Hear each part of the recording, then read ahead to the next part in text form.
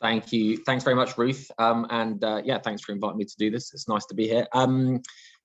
So yeah, we're going to have a discussion about trade, where the UK is, where it's potentially going, and what's happened over the past year or so, which has been a really obviously mad year really for trade since we left the EU. The government has been kind of crazily trying to rack up trade deals. Not only did we get the Brexit deal, which obviously is still to some extent under negotiation, but we also got most of the rollover EU deals onto our own statute books as well. There's a few still to go, but we got most of them. We also updated the Japan deal.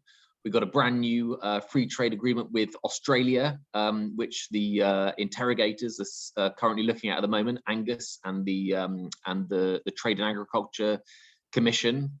We're about to sign another one with New Zealand, which we think is going to happen kind of potentially any day now, over the next sort of month or so. Potentially, it could be finalised. We've also got negotiations going with India. We're about to start negotiations with the GCC, the Gulf nations. We're trying to join the CPTPP trade bloc.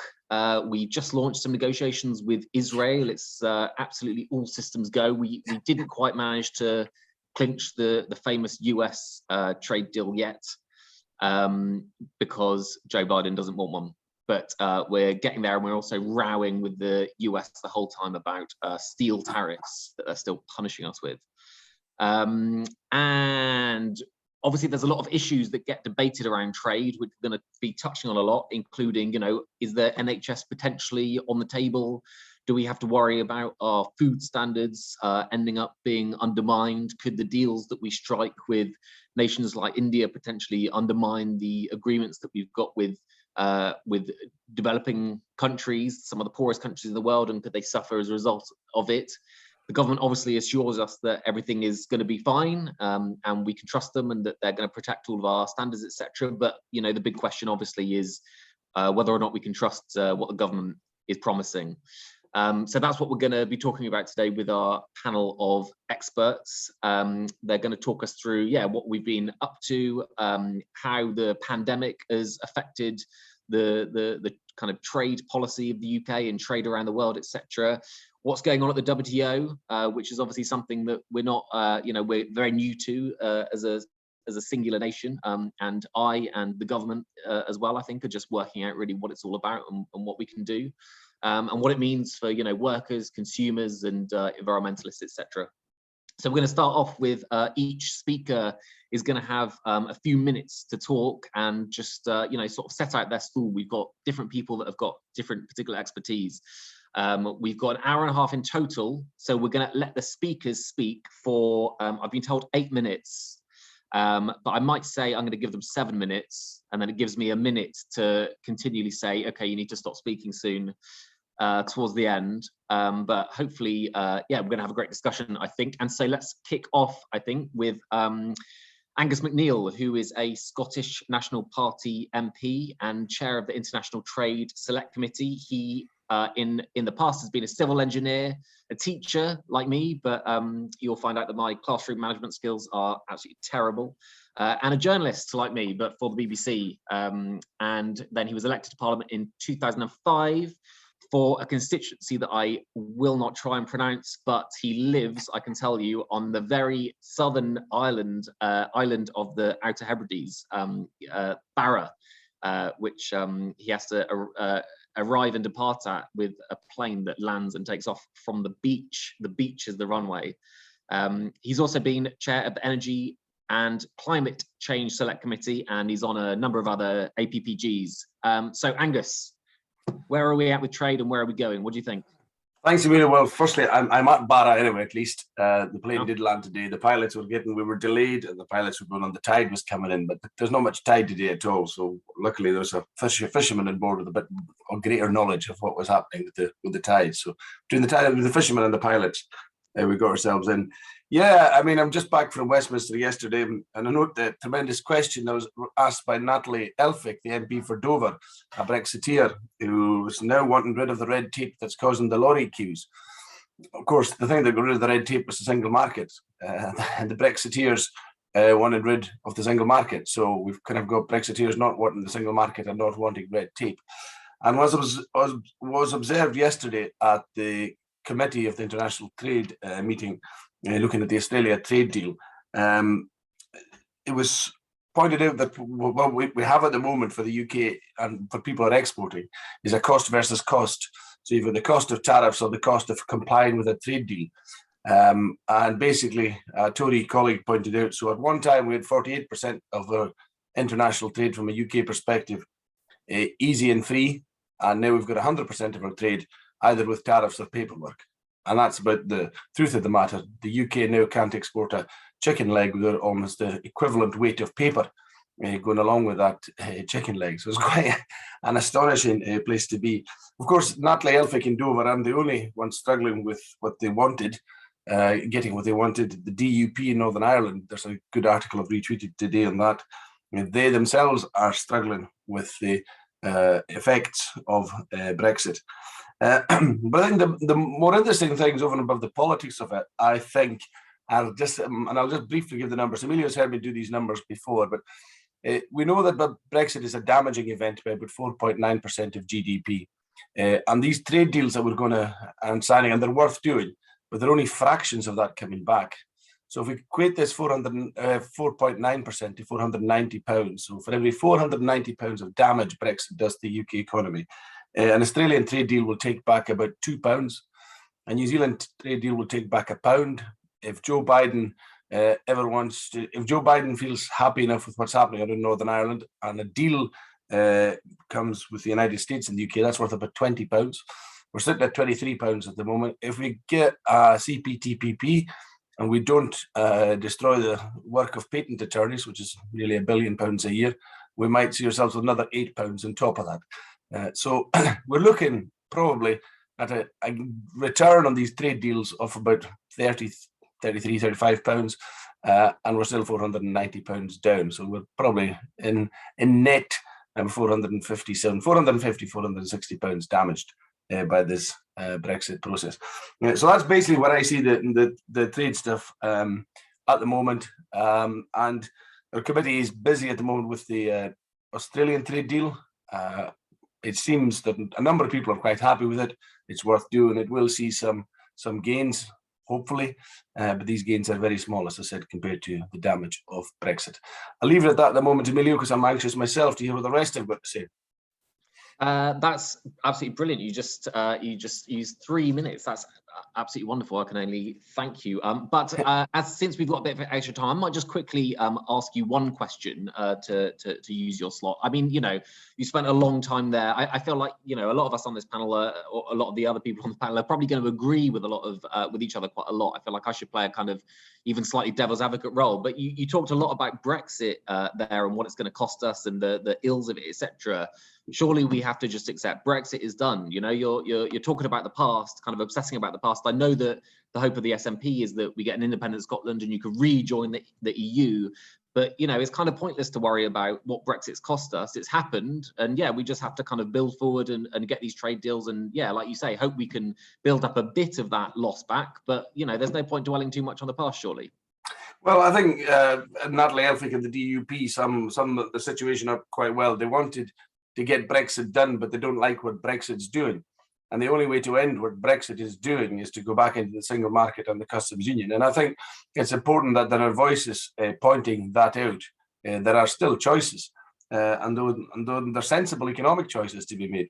And when Boris Johnson shouts he gets Brexit done, anybody can go around and damage their economy to twice the damage level of the 2008 financial crash. I mean, this is effectively what Brexit is doing for the UK, and it'll manifest itself in higher food prices and all sorts of other bothers. So people will say get Brexit is done. Unfortunately, I don't think it is done. Every time there's a lorry queue in Kent on the way to Dover, that is Brexit happening, and it's going to keep happening. So it's not done for a long time, and it's going to play out for an awful long time to come, and it'll probably get worse in July again when the UK have greater restrictions and need some easements in. So problems. But Brexit's going to do us over several times. Okay, perfect. All right, thank you. So we're going to move on now to Richard Kozul-Wright. I hope I've pronounced that correctly. I guess Kozul like the Czech beer, maybe, who is the director of the Globalisation and Development Strategies Division at UNCTAD, which is a UN body that considers trade a lot. It works to promote sustained growth, inclusive development, decent work for all, and poverty eradication in developing countries. He's worked at the United Nations in New York and Geneva, and has published widely on economic issues, including his latest book, The Resistible Rise of Market Fundamentalism. So Richard, do you want to take the floor for a bit and say what you think about current and future trade?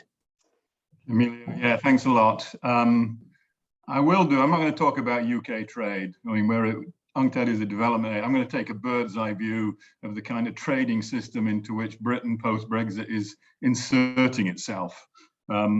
Couple of points, general big points. First, the trading system was not doing well before the pandemic or before Brexit. I think it's important to remember that the world economy was pretty slow. There was a major shortage of global demand, which had its impact on the trading system. You had all kinds of tensions with Trump and all kinds of stuff that didn't point towards a healthy trading system. It's gotten worse as a consequence of the pandemic.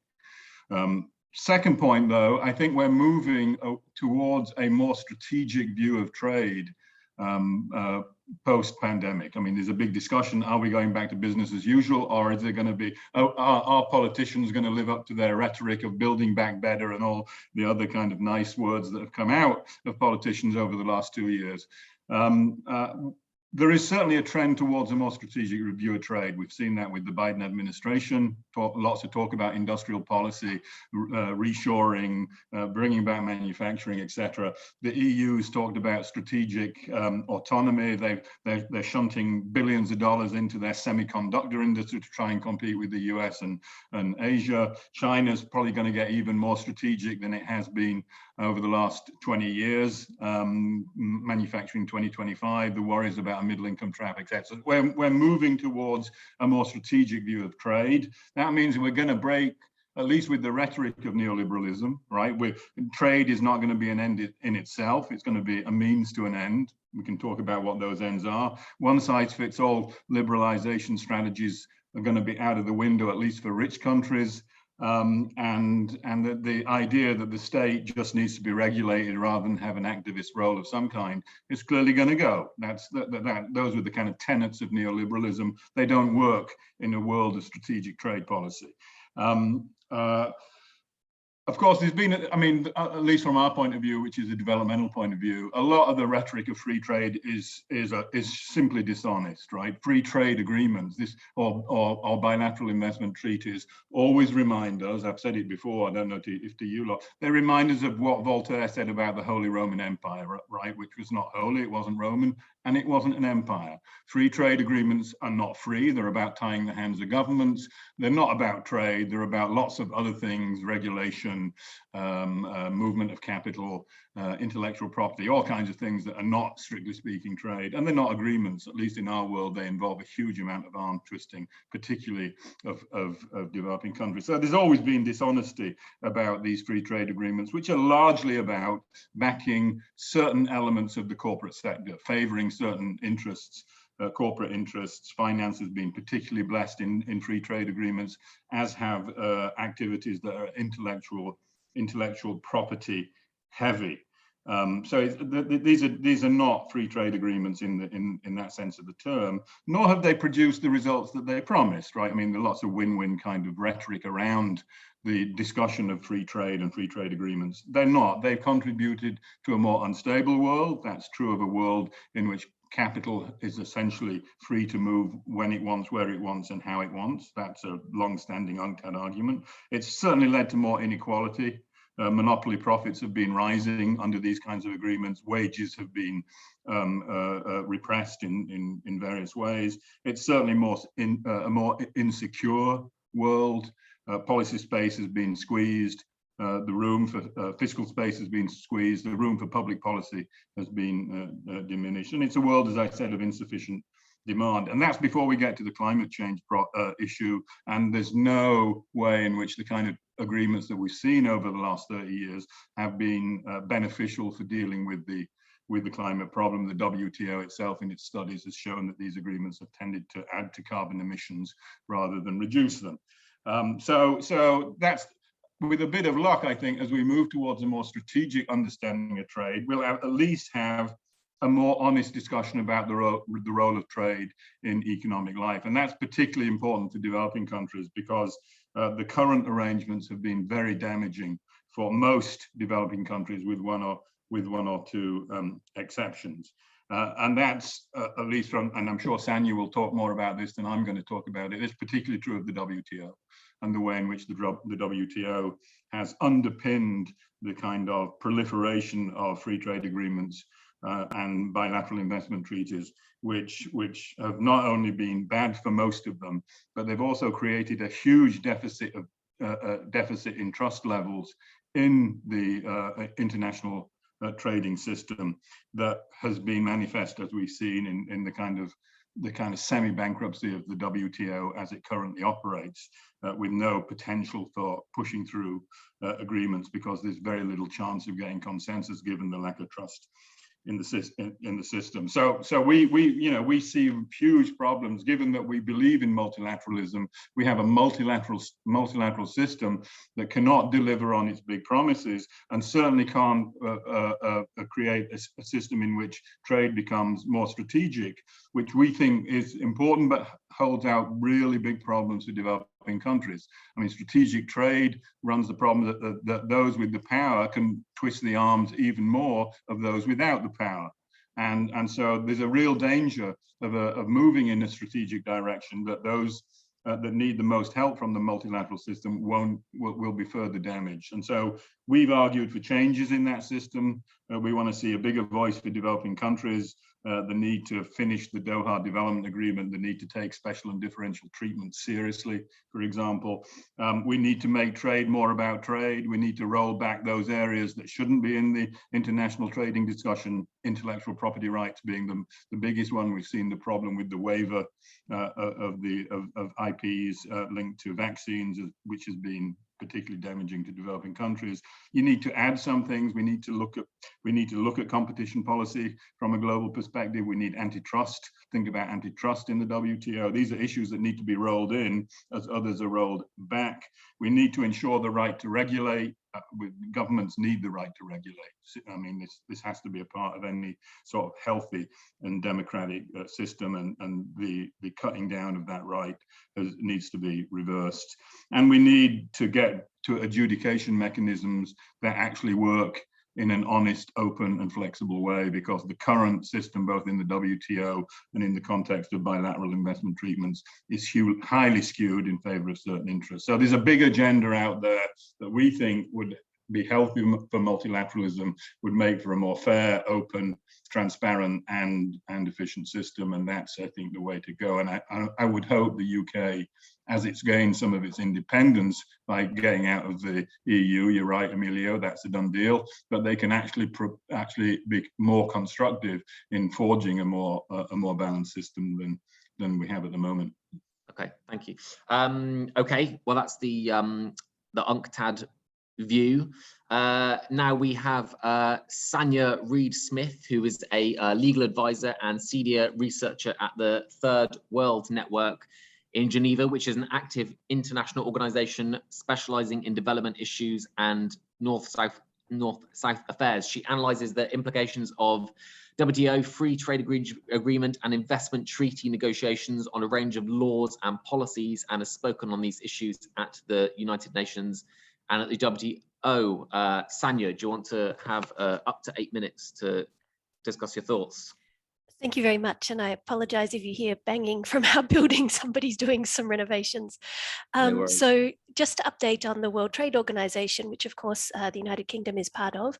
They were supposed to have their 12th ministerial conference in 2020, but it was postponed twice because of COVID and is scheduled to happen probably sometime this year in Geneva. And at the moment at the WTO, in addition to the long-standing negotiations on agriculture and restrictions on fisheries subsidies, there's a few things actively moving. One is, of course, the COVID TRIPS waiver proposed by the Africa Group and least developed countries in the WTO, supported by many other developing countries, to waive patents, trade secrets, industrial designs, copyright on COVID vaccines, medicines and tests and so on. This is still needed because still in low-income countries, only 10% have received one dose of a COVID vaccine. There's a shortage of 15 billion mRNA vaccine doses this year, even though there are many other companies that can make it. And there's shortages of medicines and monoclonal antibodies and so on to treat those who get COVID. This is still opposed by the British government, but it has been supported by many British and Scottish parliamentarians, for example. I understand there may be a later webinar on this in this series. In parallel with this, there are negotiations going on at the WTO on a broader response to the COVID pandemic.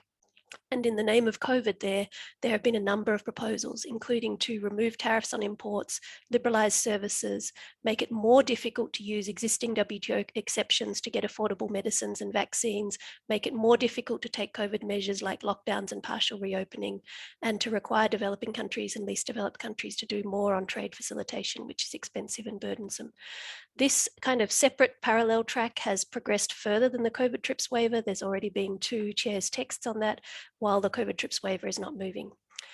Then, in addition, the key long-standing issues of concern for developing countries and least developed countries at the WTO, which have legal mandates, are things like restricting US cotton subsidies to help cotton farmers in West Africa, implementation issues and so on. These are not moving. But instead, some countries, mostly developed countries, are pushing plurilaterals or joint statement initiatives, which have no legal mandate at the WTO. And given the limited time, I'll just give you some examples. One is on services domestic regulation disciplines. The negotiations on this have concluded. They include the United Kingdom, and they're now deciding which service sectors these new rules will apply to and restrict regulatory space. So these rules require the national government to take such reasonable measures as are available to make subnational governments like Scotland and Wales comply. And the WTO panels can find that the national government didn't take all the measures it could to make the subnational comply. For example, Canada's provinces didn't comply for 6 years, and Canada got in trouble and was found to violate when they didn't force their province to comply. And these rules restrict the ability to regulate services in various ways, including that licensing fees must be reasonable and can't restrict the supply of the service. So this could also be a necessity test, which means which governments like the US and Canada have said restrict their regulatory space too much.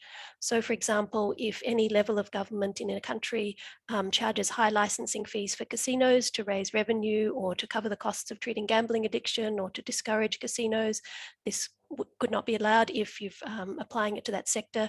Or if, for example, Wales wanted to charge a high licensing fee for multi-storey car parks to reduce car journeys, this could violate these new rules. And I don't know in the UK and in other countries, but in some countries, local councils, for example, in the US, use this licensing fee revenue to pay the salaries of the police and fire departments. So if they lose this revenue, will the national government compensate them for this for the duration of these new rules in the WTO, which have no end date? Then it says that these decisions to give a license must be based on objective and transparent criteria. And this means all the laws, regulations, rules, procedures, and so on, decisions, administrative actions. And objective and transparent can mean you can't have affirmative action for disadvantaged groups like the disabled. You can't have tougher standards and international standards, say on climate change or, insulating buildings. You can't have fixed requirements. So for example, disabled accessibility for public transport or buildings, requiring services to do recycling, restricting landlords to only raising rent once a year, requiring schools to teach a particular language like Welsh, setting a maximum affordable price for essential services like water or buses. But you also can't be subjective. So you can't say that water or electricity must be affordable if these new rules apply to these sectors, which is what they're negotiating now. While there are exceptions for health and the environment, it's not clear this would extend to planning laws or other considerations like the affordability of essential services like electricity or buses. There is a general exception for health, environment, and public morals, but governments who have tried to use that have failed 96% of the time because it's so difficult to use. So I'm not sure that you would want to rely on that. And there's no effective exception for consumers. Similarly, there's a plurilateral on investment facilitation, which is still being negotiated and includes the United Kingdom. Based on the leaked text, the proposals are much like those I just explained for services, but would also apply to non-service sectors like mining, agriculture, and manufacturing, and can exacerbate investor-to-state dispute settlement under any existing bilateral investment treaties or free trade agreement investment chapters. Then there's a third plurilateral on e-commerce, which is still being negotiated, also includes the United Kingdom. And based on the leaked proposals, because they're not being made public, this would require the removal of tariffs on imports of information technology products, which developing countries and least developed countries usually rely on tariffs for revenue because it's easiest to collect. So there's an International Monetary Fund paper that says that if low-income countries remove tariffs, at best they make back 30% of that lost tariff revenue from other taxes. In the name of e-commerce, there's a proposal to liberalize services, including advertising. So this would require countries like the United Kingdom to allow as many advertisements as the companies want for tobacco, weapons, prescription medicines, alcohol, junk food, gambling, and so on. So this would require the UK to remove its current ban on prescription medicine advertisements and is against the World Health Organization's Framework Convention on Tobacco Control, which 182 countries, including the United Kingdom, are party to, and requires a ban on tobacco advertising. There's also a proposal in the name of e-commerce to liberalize the retail sector, so that would prevent lockdowns or social distancing within shops during COVID or other pandemics. There's a proposal to liberalize computer services, so governments may not be able to restrict the amount of Uber or Airbnb as some countries are doing. And in the name of e-commerce, they have proposed stronger intellectual property protection, even for least developed countries who don't have to do any, and restricted investment rules like performance requirements such as technology transfer. And this would mean that governments couldn't require technology transfer for climate change, for example, if it involves software. In these negotiations of e-commerce, they've already agreed to deregulate cybersecurity. So governments like the US currently does could not require encryption of credit card details in transit, so consumers could have their credit card details stolen. You couldn't require online banking to use two-factor authentication, so you could have your online banking password stolen. You couldn't require oil and gas pipelines to have certain cybersecurity. You can choose one sector where governments could set cybersecurity requirements, but not in the rest. And then, of course, 30 seconds just to note. Yep. In the name of e-commerce, they've proposed cross-border data flows, which undermines data privacy requirements like the GDPR, and again, the difficult to use health and environment exceptions. There are also various environment plurilaterals, which are being used to require liberalization of goods and services, and a plurilateral on micro, small, and medium enterprises, which is deregulation like the Trans-Pacific Partnership Agreement and giving multinational companies more of a say in your regulations. Thanks. Okay, no worries, no worries. All right, thank you very much. That was very detailed about how lots of WTO stuff, very complicated, so I'm sure we'll come back and ask about some of it. Next, we've got Rosa Crawford, who is a policy officer at the Trades Union Congress, otherwise known as the TUC, the umbrella organisation of Britain's trade unions, which acts as a voice for working people in the UK. She specialises in trade and migration issues and sits on a number of government advisory groups on trade, working to transform the international trade landscape to promote decent jobs, support public services, and arrest the global race to the bottom on workers' rights. That's not my wording at all. It's TCM and TUC's wording. What, Rosa, does trade potentially mean for workers' rights, do you think? Thanks very much, Emilio, and thanks for having me on this panel today. It's great to be amongst such excellent speakers today. I'm really looking forward to the discussion. So I'd like to focus on trade unions' view on trade post-Brexit and its impact on workers. I want to highlight right at the start that we believe that the government's approach towards trade is fundamentally flawed in that it's made it harder for us to trade with our closest and most integrated trading partner, the EU, on which 4 million jobs depend. Jobs across the economy, but particularly manufacturing and chemicals, have now been saddled with additional costs and due to customs checks and other regulatory checks required due to us being outside the customs union and single market, as Angus has flagged, and these are putting jobs and wages at risk. No trade deal the government has negotiated to date comes close in terms of substituting the EU in terms of potential job gains. And it's important for trade unions to flag that while our trade deal with the UK and between the UK and EU has a mechanism in it which means that violations of workers' rights are punishable by penalties, it's called the level playing field clauses, which we've just published a report on, and there are effective mechanisms to enforce those commitments. Trade deals with our other trading partners do not have an effective mechanism to enforce labour rights commitments, and that's really a serious concern because over a third of the trade deals that the UK has negotiated with other countries are with countries that are abusing fundamental labour rights and human rights. We've got particular concerns about countries such as Colombia, which is rated by the International TUC as one of the most dangerous countries in the world to be a worker. Between March 2020 and April 2021, 22 trade unionists were murdered, which is 14 more than the previous year. We're also really concerned about Turkey. The UK has a trade deal with where there's widespread repression and imprisonment of trade unions, and Vietnam, where there was a trade deal signed where the independent trade unions are banned. And Vietnam is obviously a country that's in the CPTPP, Pacific Trade Agreement, we are seeking to join. In terms of future trade negotiations as well, you flagged at the start, there are a number of new negotiations starting with countries which also have terrible records on labour and workers' rights, particularly Gulf states, Israel, India and Mexico. So we are raising the concern that the kind of global Britain role in the world seems to be one that's happy to cozy up with some of the worst rights abusers. And obviously that promotes a race to the bottom in terms of allowing capital to flow to places where it's easier to exploit workers, and so it leads lowering standards all around the world, hurting workers everywhere. As well as the issue of workers' rights, we are very concerned about public services, which was raised at the start. We're concerned that trade deals such as those with Canada and Japan had liberalising commitments around public services and inadequate exemptions for certain public services, which locks them into liberalisation, which could mean privatisation can't be reversed. And on the issue of public health, it's really important, it's been raised already around the TRIPS waiver. It's really important for us that the UK government stops blocking the TRIPS waiver, and actually we can support the proposal that South Africa and India have proposed at the WTO, and we're part of an international movement supporting that.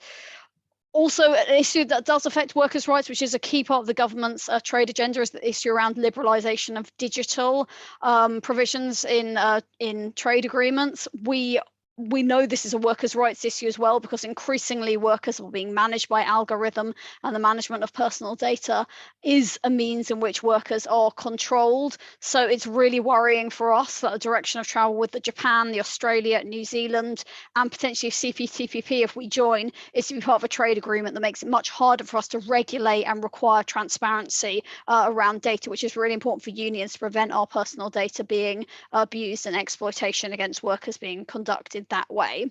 So now I'd just like to focus quickly on what unions are doing both in the UK but also internationally to combat these threats. And it's really important to highlight that the campaign must be international. We need to have workers on all sides of all the different trading partners standing up together to campaign for our rights, for protections, for public services, to reduce global inequalities, so that there is an agenda that benefits workers globally. We've signed as TUC a number of joint statements with our counterparts around the world who we're working with, the likes of Kenya, Japan, Colombia, Turkey, New Zealand, Australia, US. I'm just going to put it in the chat so you can see, but that's been a really important part of our lobbying, to say that this isn't a protectionist agenda. This is workers globally standing up for fundamental rights to be protected. It's also really important for our lobbying to highlight that in many countries, trade unions are engaged much more by their governments than we are here in the UK. I've spoken at Angus's committee a number of times about the fact that trade unions in the UK have not been meaningfully consulted on any of the trade deals currently in place, which is why they don't contain this effective enforcement mechanism, and why you get trade deals with human and trade union rights abusers. But in other countries, in particular US and Kenya, countries that we work very closely with our counterparts, we see much more meaningful engagement and real results from that engagement with trade unions. So in the US, people might know that trade unions are part of a body that's created by legislature legislature that is consulted on trade negotiations. And as a result of that, trade unions were consulted throughout the US, Mexico, and Canada agreement negotiations. And that meant there's a much more effective mechanism to enforce workers' rights than they've ever had before in any other trade deal in the US. And that's meaning that things like union busting is now being addressed in Mexico using this mechanism in the trade agreement that trade unions in the US particularly pushed for. So that influence has created real results that are improving workers' rights. And in Kenya, working closely with the civil society groups, trade unions in Kenya helped significantly delay the UK-Kenya trade agreement that really would seriously undermine decent work and workers' rights in Kenya, and we worked closely with them on that. But due to the engagement between government and trade unions in Kenya, there were delays while trade unions were consulted, and whilst the agreement still went through and was ratified, the government has agreed to review that deal in Kenya, with the view to potentially revising it to address some of the trade union concerns. So for us, it's really important to highlight also that Global South countries are doing it much better than is happening in the UK. And we think the government should really take a better approach and bring working people into trade negotiations. So I'll finish with that, but I just want to say it's really great to be with so many important speakers here and to be connecting with all those in the audience. I hope that we can work together today on a more progressive agenda, which really benefits workers and promotes good jobs and reduces global inequalities. Thanks. Thanks, Rosa. Appreciate it. Okay, now we're going to move on to Jane Wallace, who is Head of Public Affairs at which I'm sure everyone knows of as it's a consumer champion organisation. Jane previously worked for MEPs in the European Parliament before joining which in 2015. She specialises in trade policy, enforcement and post-Brexit engagement, covering topics including food standards and online safety and competition and all sorts of stuff. So Jane, in a consumer rights sense, what's on the agenda when it comes to trade policy? Great, thanks. Thanks, Emilio, and it's really wonderful to be with you all today. I'm going to try the slightly risky job of sharing my screen. Hopefully that is showing for you all. I say real pleasure to be here today, which is the UK's consumer champion. And following the EU referendum, we've done a lot of research and policy development with the mission of delivering a world-leading pro-consumer trade policy here in the UK. To judge the outcome of UK trade policy for consumers, it's obviously really important for us to know what we're actually judging that against. So to establish this, we've done a lot of work with UK consumers to really understand their priority. And we've taken a real combination of approaches to do this. So first up, what does actually matter to UK consumers? So to help us with this, in the late summer of 2020, we undertook the National Trade Conversation. And this took place virtually across 5 locations in the UK, including all 4 nations. And the people who were recruited were kind of representative spread of the population and were recruited to reflect their local EU referendum result as well. To design this, we worked with deliberative dialogue specialists called Hopkins and MacNeil, and we also established an advisory group to really inform and test our approach to make sure it was as robust as possible. And participants spent around 20 hours looking at trade, building their knowledge via a range of evidence and experts, and then we moved people into discussing their priorities. And across the groups, actually, we were first of all really thrilled that people were super engaged. We obviously put a lot of time, a lot of money, and a lot of engagement into this. And there's always that slight fear that you do this research and actually no one's that bothered. But really pleasingly, people that were hyper engaged were coming back with more and more every session, thinking they'd done in between. And across the groups, we actually saw a really strong synergy of what issues people would prioritise. And these were held by the majority of participants across the 5 groups. And as you can see, these are the 4 priorities here. So the first was around maintaining health and safety standards for food and products. The second was maintaining data security regulations, particularly pertinent to consumers' data and digital rights. The third was around protecting the environment. And the 4th was around helping to address regional inequalities. for people across and industries, jobs and skills across the UK. So following this, Which has made a set of recommendations for the government for how we can secure these priorities via the trade agenda, and also learning from this process how the public should be engaged on trade. So of course, we then need to look, actually, now we've got our yardstick for measuring against what has progress been to date on delivering on these priorities. And first up, we'll look at the consumer view. So in the summer, first of all, we surveyed over 3,000 consumers across the UK. And as you can see from this chart, we found awareness of the UK's trade approach to be very, very low. And we really found that trade policy isn't cutting through, particularly point to the right-hand bar chart, Japan. At this point, a deal had been agreed and signed, but over 50% of the population weren't aware of it. And actually only 6% of people knew that's where we were at. In the autumn, we reconvened some of our national trade conversation participants 1 year on to reflect on the progress of UK trade in that year. And in contrast to the general population group, these guys had really kept an interest in trade policy, and they were really forthcoming with news that they'd seen and heard about trade deals being progressed. So it really went to show for us the value of taking time to engage people in a meaningful manner, and showing that across the population, it doesn't look like that's being nailed so far. What we also found, as this little pie chart shows, I should say, is that people are keen to know more about trade deals. So you've got over 2/3 of the population saying actually they would like to be getting more information from the UK government about trade deals.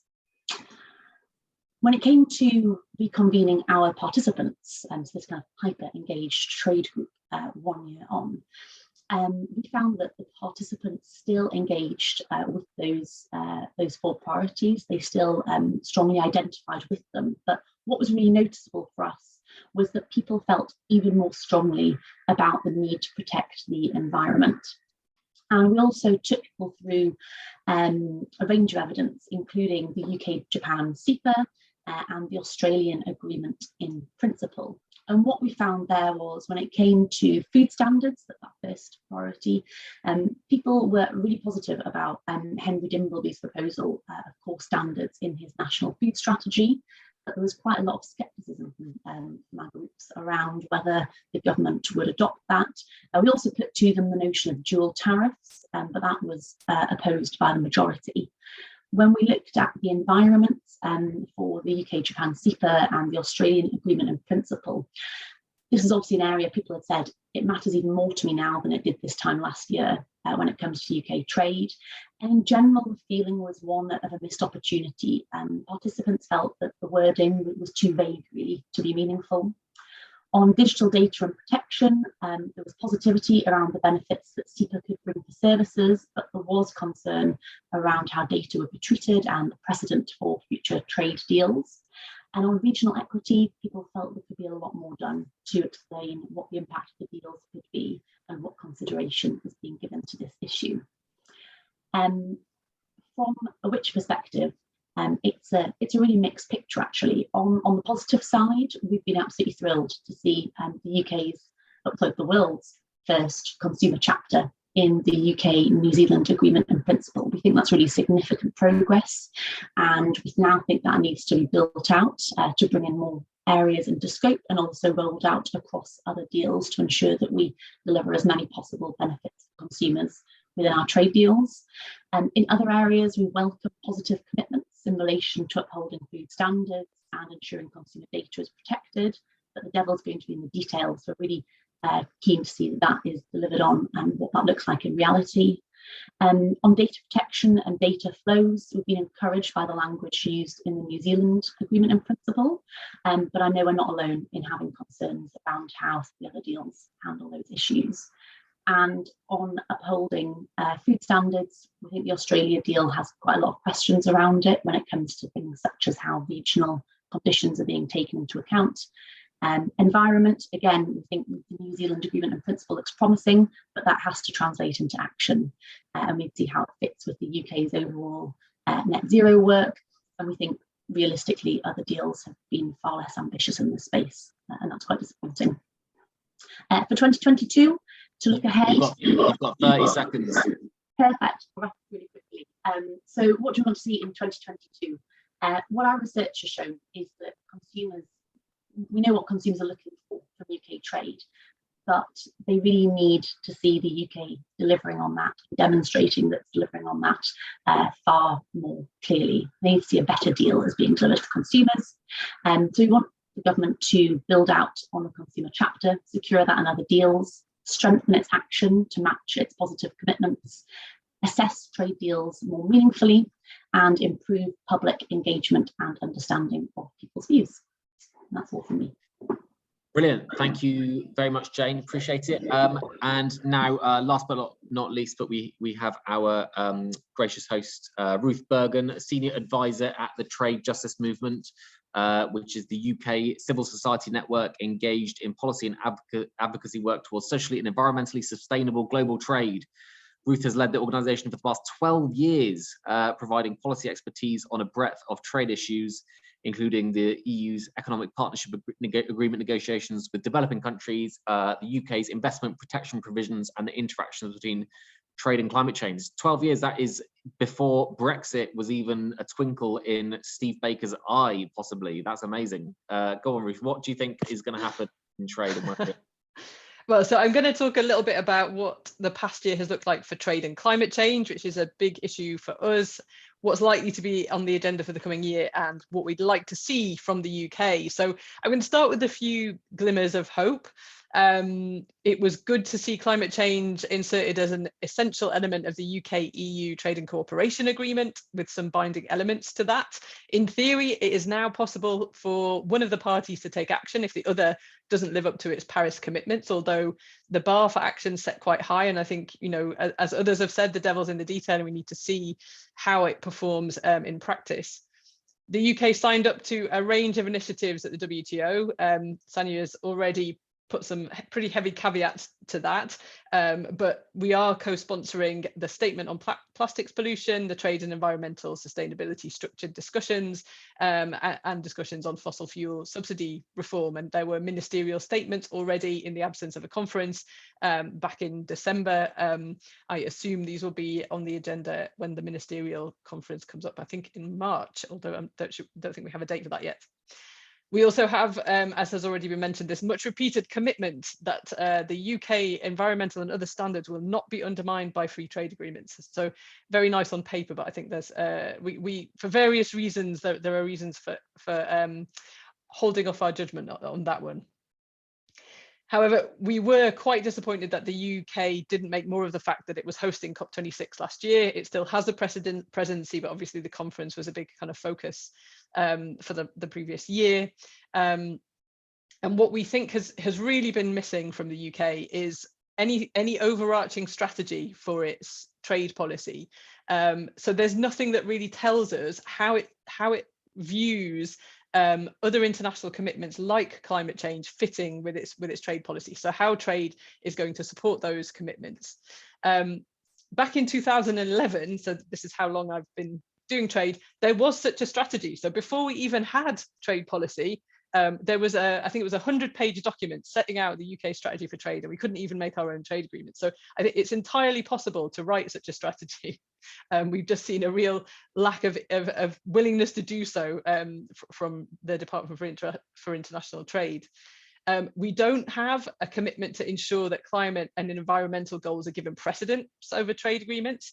And I am constantly kind of astonished that we live in a world where trade agreements and investment agreements are both binding and enforceable in some pretty stringent ways, whilst climate and environmental agreements simply aren't to anything like the same degree. And I think we really need to kind of rebalance that position.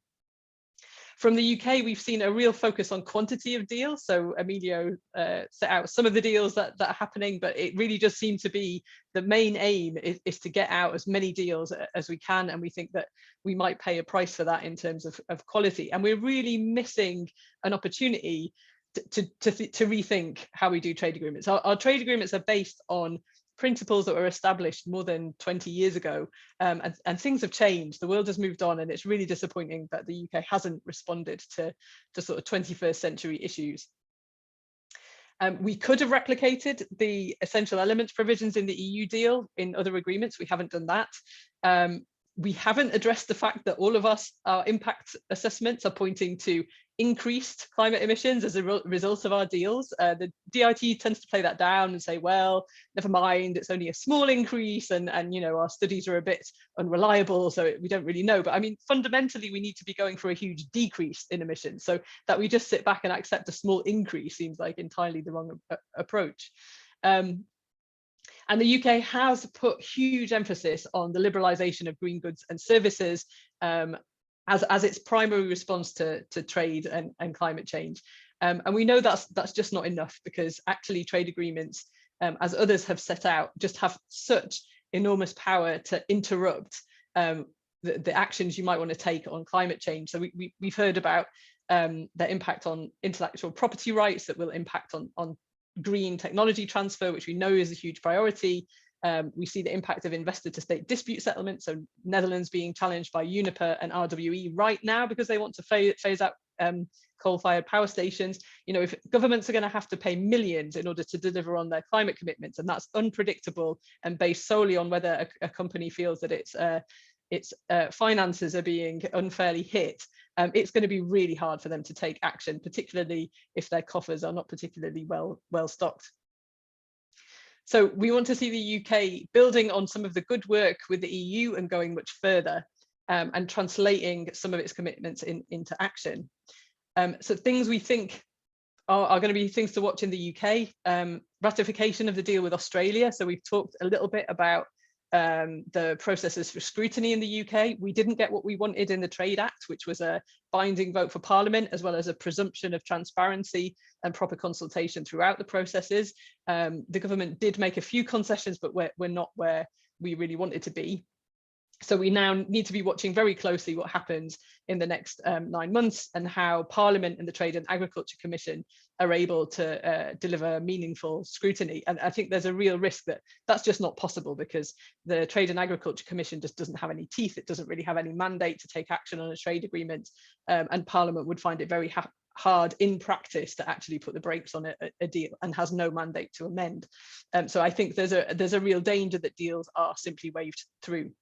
Australia is important because there are significant concerns around things like food standards, deforestation, and Australia's record and climate change. But there are other deals coming through where there are similar concerns.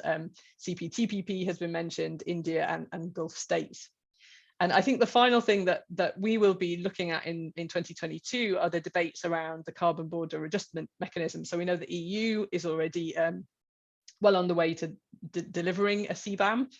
I think it has the appeal of an easy win and a simple solution.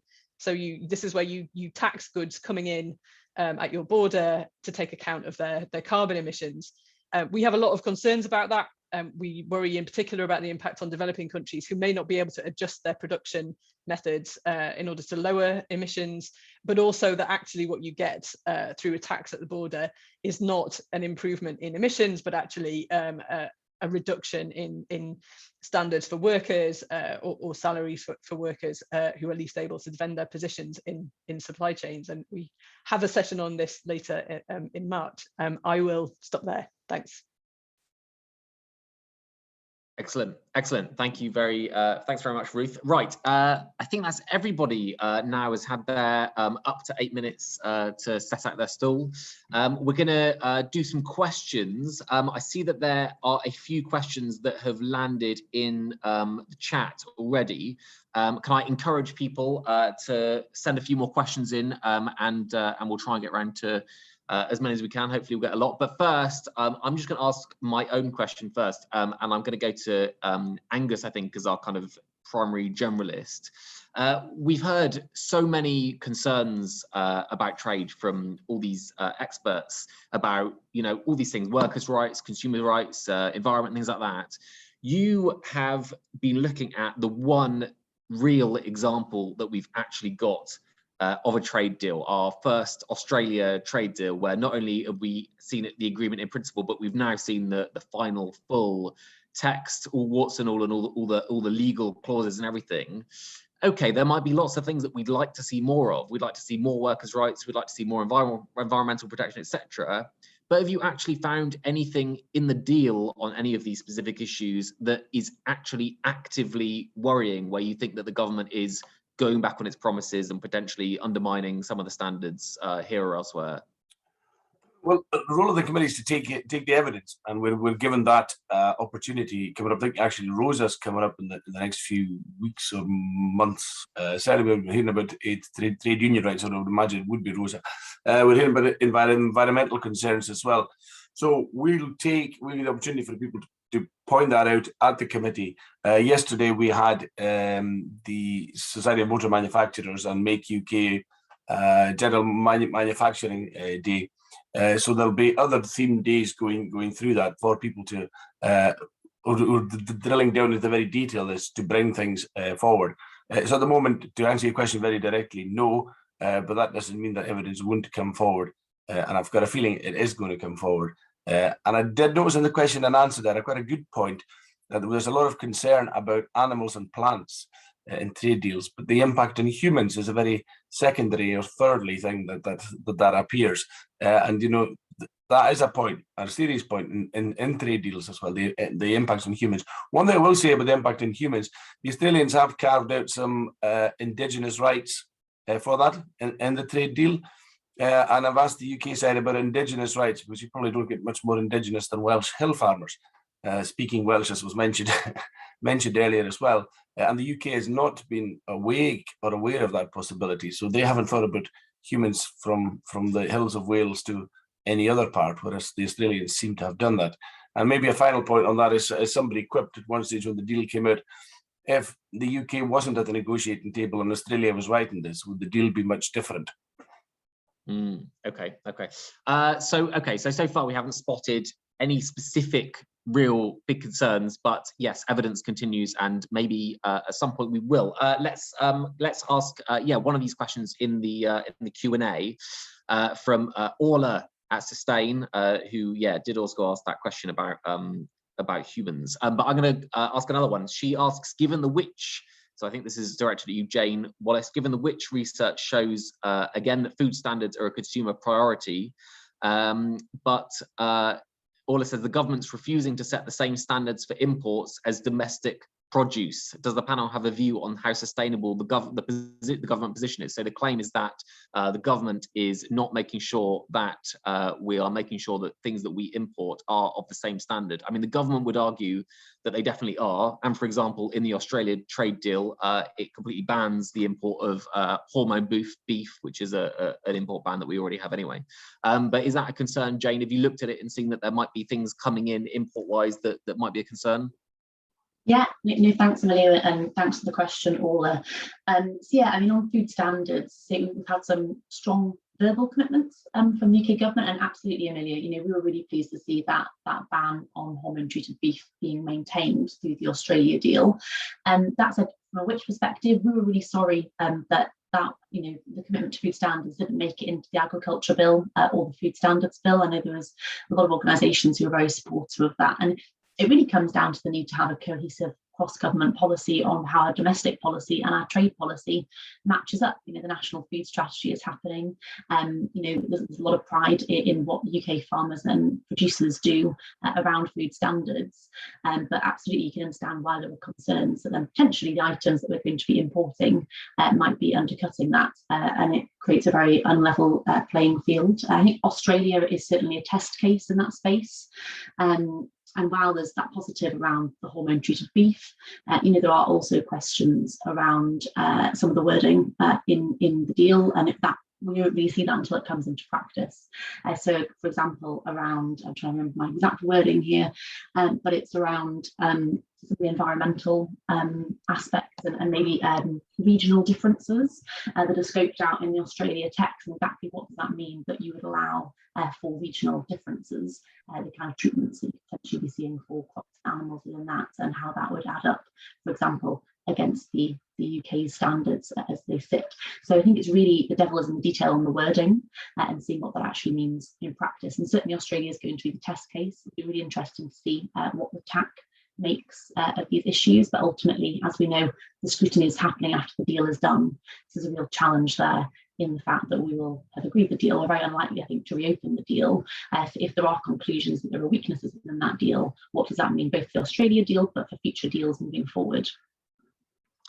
Okay, all right, perfect. Thank you very much, Jane. We've got quite a general question here. I don't really know exactly how to approach this, but if the UK was to prioritise doing one thing differently in its FTAs and one thing differently at the WTO, what should these be? I tell you what, let's go around everybody, but everyone can give literally one word answers, or 2 words if it's a 2-word thing. Okay, so if the UK could do one thing differently in its FTAs and one thing differently at the WTO, so we've got 2 answers from every person, but literally one thing for each, what should it be? And let's start with Sanya, who is our WTO expert, because WTO is specifically mentioned. Sanya, what would the 2 things be in the WTO and the FTAs that the UK should do differently?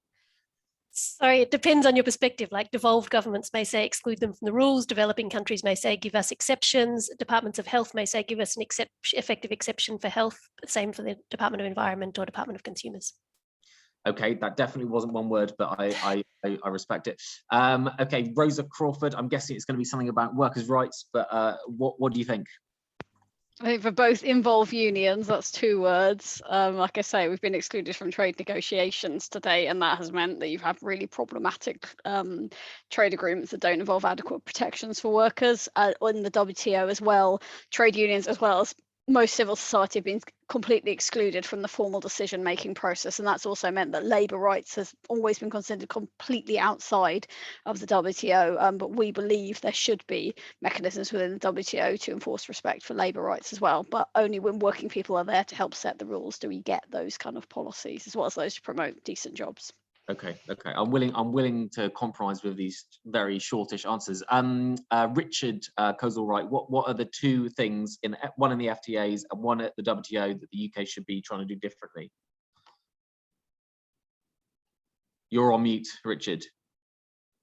But you get to say it again. Don't worry. They should behave multilaterally in both fora, because they're not doing that at the moment.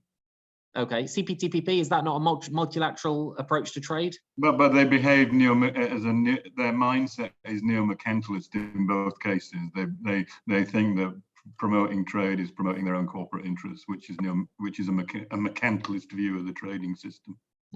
Okay. Okay, and Ruth, what are your 2 things, one for each? In both cases, make climate and environment agreements binding on trade agreements. Okay, and Jane Wallace, from which? Yeah, so for FTAs, more consumer chapters, and for the WTO, think about consumers, because I think they're missing somewhat in that space. Yeah, I think like you said, I guess it's probably hopeful for the consumers because of what's in New Zealand. So maybe we will see more of that. And last but not least, Angus, what are your 2 things that one for the FTAs and one for the WTO that the UK should be doing differently? Well, I think for the FTAs, the European the Economic Cooperation Agreement of the EU could do the SPS, sanitary and phytosanitary agreement.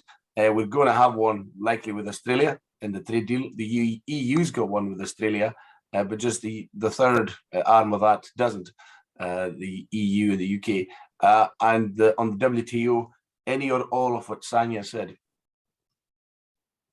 Okay, nice, perfect. Okay, and can I ask just a quick question for follow-up question for Richard? I think maybe is the best person to ask this to, which is a lot of people would argue that a lot of this stuff, workers' rights, environmental issues, consumer rights, etc., it's not really got that much to do with just the buying and selling of products and services, which is what trade is about. Why should a lot of this, sort of softer values kind of stuff be in trade deals in the first place? Well, we do tend to take the position that a lot of it shouldn't be in trade deals in the first place. From a developing country point of view, that the tendency is, if you put labour standards or environmental standards into them, they will be driven by the countries who have the most influence and power in shaping those, and they will work to the disadvantage of developing countries. I mean, it's a big challenge, of course, for us, if you're kind of trying to shape a progressive trade agenda, where the issue of, as I said, of declining wages and declining labour standards has been part of the economic environment for 40 years in the advanced economies, or the climate change for sure. That then we need to deal with them. We don't think, I mean, take climate change. Trade is not the way to solve the climate problem, right? This is a problem of finance, of investment, of regulation, and you won't solve these through the trading system. And in a trading system that itself is already in serious trouble and facing its own crisis in many respects, we tend to think that putting more stuff into it right now is actually going to make the situation worse, and the use of international trade rules will become so messy that there'll be little chance of consensus and a kind of positive agenda. In that sense, it's why we think you should get back to, in a way, what you suggested, Emilio. We need to get back to using the trading system to kind of improve trade relations, and not necessarily overburden it with these other issues. Okay, that's really interesting.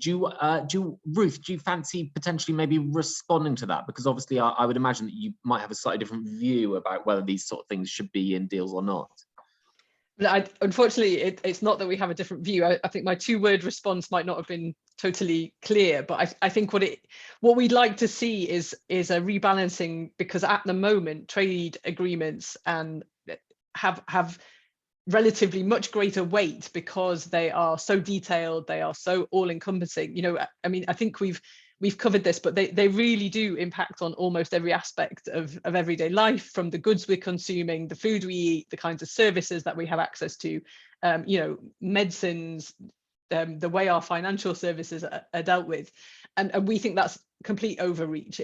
You know, these things cannot be governed so much by a concern about whether they are relatively more or less easy to trade, and we think that's a real problem. So I think what I was saying about making environmental and climate commitments binding on trade agreements is really a way to put trade agreements back in their place, and to say, actually, look, the priority is to deal with climate change, and our trade system must be explicitly shaped in order to achieve that. At the moment, the assumption is simply liberalize trade and that will solve all the problems. Well, we've had 25 years of that since the foundation of the WTO, and the climate situation has got worse. So I think we should stop accepting that as a legitimate argument. It's simply not. We've got 8 years to deal with it. We now need to look at the trade system and look at how we make it deliberately work in that way, rather than leaving it just to free market mechanisms to provide the answer, because that hasn't worked, and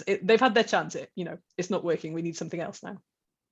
Can I just say, Emilio, that there's an important point here, that the tendency is to look at trade as a silo, right? You look at it in this very kind of intricate world of negotiations and deals. When it worked, when the trading system worked better, we thought about the relationships between trade and finance. Bretton Woods was set up to do that, right? To make sure that the balance between financial flows and trade relations were mutually supportive. That world has unfortunately been lost. And I think a lot of people who get into the trade world forget that, it's a macroeconomic problem, trade. If we don't get demand right, if we don't get investment right, if we don't get productivity right, you're not going to fix those problems by adding more burden to the trading system. You got to get these basics right, and if you can get that right, the trading system can be a very fruitful and powerful tool for amplifying and augmenting the positives of closer interaction across borders. If you get it wrong, it's just going to be a mess. Okay, thank you very much. And I'm going to ask a question from Philippa Whitford, the famous Philippa Whitford, a colleague of Angus's, who is a GP. She says, as a medic, she's got real concern about antibiotic use in animals and contribution to antimicrobial resistance. The problem is that the Internal Market Act means that devolved governments have now lost power to avoid such products entering their markets. Standards set by Scottish and Welsh governments would only apply to their own producers. With the liberalised Australia deal, is it going to set a negative precedent for future deals? So, I mean, this question really is about the fact that, I mean, you know, it's basically a pro-Scottish independence question, which is that if we can't control the borders within the UK, then it means that goods that come into the UK, as decided by the UK-wide government, end up in these other, you know, all of the 4 nations essentially, which is potentially a concern. Just trying to think. Maybe Sanya could be maybe an interesting question for you, in the sense that, what would it mean if a government decided that within its own borders, certain goods couldn't flow in certain areas? Is that kind of problematic from a global trade, World Trade Organization perspective, maybe? So it depends on the rules, how strictly binding they are on subnational governments, for example. So the investment chapters of free trade agreements or bilateral investment treaties are often strictly binding on all levels of government. So national, say provincial, or like Scotland or Wales, and local government like a city. And there, if you wanted to, for example, ban antibiotic use in agriculture, that could give rise to an investor-state dispute settlement case where the investor could sue at an international tribunal for monetary compensation for the lost profits they would have made if they could have continued to use antibiotics, for example. So it depends on the chapter. You know, if, for example, in the CPTPP, there is an SPS chapter that restricts your regulatory space in this area more than the WTO, but I'd need to check for antimicrobial resistance, whether it restricts the use of antibiotics, and then how strictly binding that is on subnational governments. So it depends on the agreement and the chapter within the agreement. No worries. I definitely threw you a tough one there, and I tried to not pin you down on antimicrobial resistance specifically. Okay, we've got a good question, which is from Laurie, or possibly Laurie Bowie, I think, which is, what is the panel's view of the UK government's approach to trade and Africa so far, including the impact of its economic partnership agreements, which are these, it was a thing the EU basically made some of these deals with African nations, and I think we've rolled a fair number of them over. Maybe it could be a good question, I think, for Richard, from a kind of development perspective. What do you think of the UK approach to Africa? It seems to me like that I think the UK started off talking kind of quite a good game on Africa in terms of making deals with those nations, rejigging some of the EPAs, and making a free trade deal with there's a kind of African Union of Nations that have a trade deal. The government was talking about joining that, but it seems to have almost completely forgotten about that and is focusing on other things. Richard, where are we kind of at with Africa and the government approach, if you know, and do you have a sense at all of what the kind of EPAs that we've rolled over from the EU, what they kind of mean for those nations, and if they're beneficial or not? Yeah, I mean, I don't think we've been very supportive of EPAs as a way. I mean, mainly again because they're driven by this mindset of kind of neoliberal trade deals, and I don't think their record is very good. What's moving on now in the African context, of course, is Africa's own attempt to define a continental free trade area, and I think that is where the discussion in Africa is right now. I think there's lots of, I don't know what the UK, I'm sure the UK position is supportive of that. Our position is that we welcome it as a necessary step for the continent. But again, you know, if it just becomes an excuse for more trade liberalization, it's not going to work for Africa either, right? These are essentially by and large commodity exporting economies, highly informal economies, which need to generate jobs in their manufacturing industries if they're going to move ahead. And the record of trade agreements is that they're not very good at doing that. And so the big challenge for many countries in Africa is, how do you combine this commitment to a continental free trade agreement with the need for industrial policy, for subsidies that support new sectors that can generate jobs, absorb people coming out of the rural economy, etc. I'm not sure where the UK stands on that, but you again don't look at these agreements. If you look at these agreements purely from an idea that trade will solve all your development problems, you will be bitterly disappointed in 10 years' time. And the important thing is to make sure that they have the space and the financial support to be able to build a much kind of richer diversification strategy, which is sorely needed across the African continent. Okay, perfect. Okay, just quickly note, Philippa Whitford ticked me off for saying that my question was about Scottish independence. Apparently, it's an issue for all 4 nations of the UK, obviously. Can I come in? I specifically didn't direct it at Angus because I thought that he might. No. Come on, what are you going to say?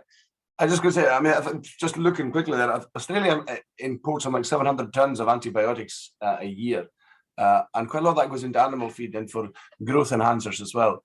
Now I have a small croft with some sheep, and the hassle when I need antibiotics for the sheep to get something like 5 or 10 cc from the vet if you've got some problem or after lambing in particular is immense, and I'm quite surprised to see that they're stuffing antibiotics into animal feed in Australia and for use for growth as well. So there's certainly 2 very different practices going on. I'm telling you.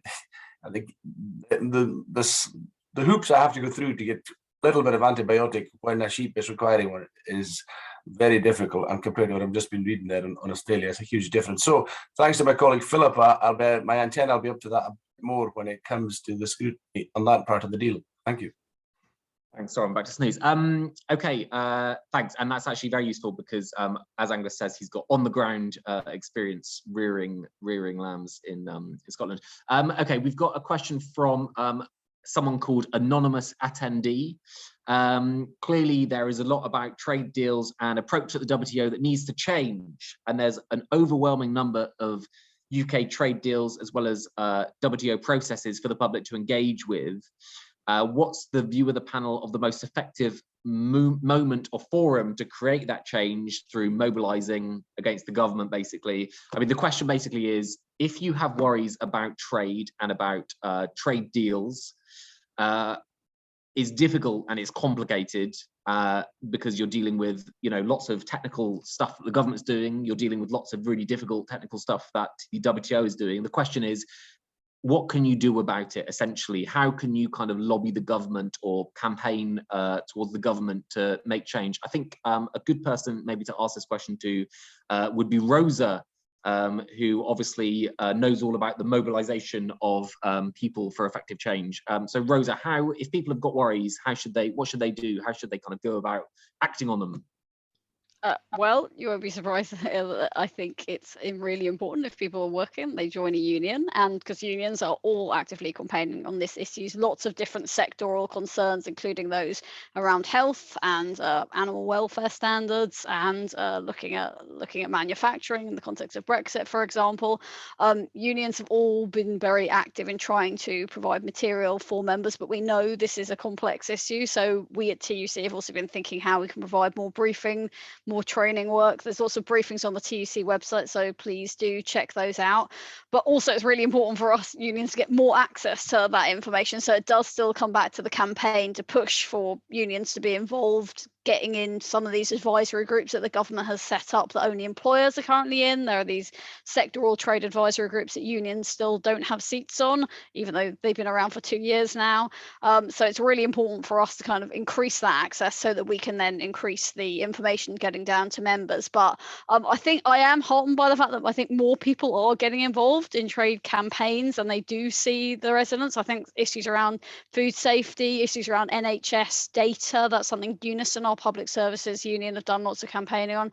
I think all those have started to bring people in more. I put in the chat the report that we've published around the UK-EU agreement and those protections in there around workers' rights. And we want to do quite a lot of work on that to explain it to people so that they know the standards that should not be lowered, so that if the government makes the kind of moves that it's been threatening to and use this Brexit dividend as one of the ways in which to reduce workers' rights, that people know about what protections are possible to bring to bear. So there is work that we're doing. And I think the government is very sensitive towards its reputation. And I think that has been ways that, for example, on consumer rights, I think, you know, Which and others have done a great job. I think that they are very sensitive when they are accused of taking an approach that undermines public welfare. On workers' rights, it has to be said that they haven't yet made the kind of improvements that we think they should be making. And as I say, in terms of negotiations, are still pursuing negotiations with some of the worst human rights abusers around the world. So that is something where we do need to keep moving. But I would encourage the person who posted this to find out what their union is doing and check out some of the materials TUC has produced. Okay, perfect. And I guess something I'd add would be, you know, the government, every time they launch these trade negotiations or say that they're going to do something, they launch these public consultations, and anyone literally can just write in and say what they think about things. Obviously, my Emilio, have you tried filling one of those? Obviously, in? my fellow panel members would say it's pointless. But have you even looked at the questions? Yeah, no, I have. It's not. They do not invite feedback on the kinds of issues that we've been talking about today. They don't. But you can, parliamentary committees always welcome feedback. Thank you. You can always. No, the parliamentary committees. We're consultations are our thing these days. Yeah. But you know, that anyway, that's what the government would say. And can I just quickly also, before we come to the very last question, just get a take from Jane Wallace from Which on this, because you know, okay, yeah, all well and good to say join a union, but we have lots of people in this country who aren't members of unions. You know, obviously the vast majority, and they are all consumers. And so Jane might have some ideas about how, if consumers are concerned, that don't necessarily or might not necessarily go through the union route, what else might they be able to do to get their sort of voices heard? Of course. I think it's a really, really good question. And I think something as well that everyone's still finding their way through, because it is still a relatively new process for a lot of people in the UK who've come a long way in a few years. So from which perspective, we're always really keen to hear from people across the UK. Obviously, we've done that through some quite formal routes with surveys and national trade conversations, but we do a lot of social listening as well. And I think one of the things that we are really keen is for trade to be broken down a bit more into actually what it means to people in their everyday lives. I think that's something that is a really good challenge to all of us as organisations. So how do we break down what is a very technical blob really into meaningful issues? And certainly there are a lot of organisations that have got campaigns and petitions and are gathering evidence on that. So I would really encourage people to get involved with those, and also for us as a country, maybe to look at how other countries engage the public around the world. I think New Zealand is often held up as quite a good example of that, but there's lots of different ways that different countries do it. When we've asked consumers, people said actually we'd love to have a lot more online, particularly from the UK government, about what these trade deals mean for us. So I think there's a good challenge for us all as organisations for how we engage people and break down these complex issues, but also listen to the public as well about what they really think. Emilio, could I just add a couple of thoughts? Yeah. Which is to say that there was a trade agreement at the EU called the Anti-Counterfeiting Trade Agreement, and it was done in such secrecy that the MEPs at the time, together with civil society, were completely outraged and blocked it. So the trade agreement failed. You saw the huge campaigning around TTIP, the EU-US trade agreement. And even back in the old days of the WTO, the battle for Seattle was hugely significant in putting the brakes on the WTO. So I think we shouldn't forget that these are issues that are really important to people, and some of it is about communication, about helping people to understand and breaking it down, as Jane has said, so that people can see what's happening.